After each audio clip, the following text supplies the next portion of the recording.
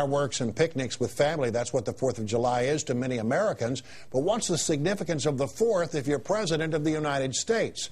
Doug Weed is a presidential historian, and he joins us now to talk about that. It's good to have you here on this national holiday where we celebrate all things American. A lot of interesting things have happened on the 4th of July, in addition to it being our Independence Day. Absolutely, and there's that great coincidence or benediction from God when John Adams, the second American president, and Thomas Jefferson, the third American president, both died on the 50th anniversary. Now, who died first? Day. Well, actually, Thomas Jefferson died first, but it's comical because John Adams and Jefferson, as you know, were political rivals throughout much of their life. And as John Adams was dying, he gave this pouty little statement, little sarcastic statement, Jefferson lives still.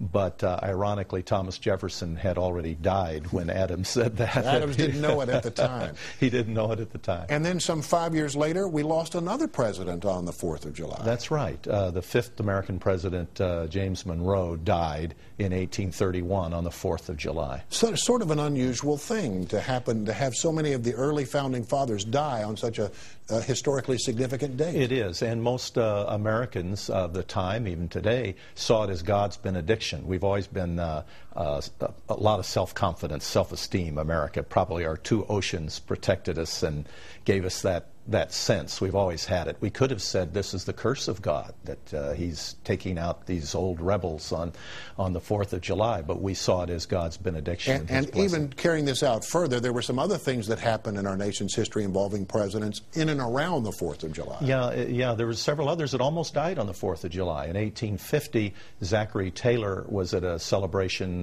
for the Washington Memorial, actually laying a stone for the Washington Memorial, went back to the White House on the 4th of July and had a little bowl of cherries and cream, got sick at his stomach that night. 5 days later, he died. Then in 1881, on July the 2nd, James Garfield, the 20th American president, was shot. He survived through July 4th and died a few months later. But really what we should be focusing on, the fact this is the day that we celebrate the independence of our nation. That's right. And Ronald Reagan, loved the 4th of July, and he's famous as the great delegator because he delegated everything.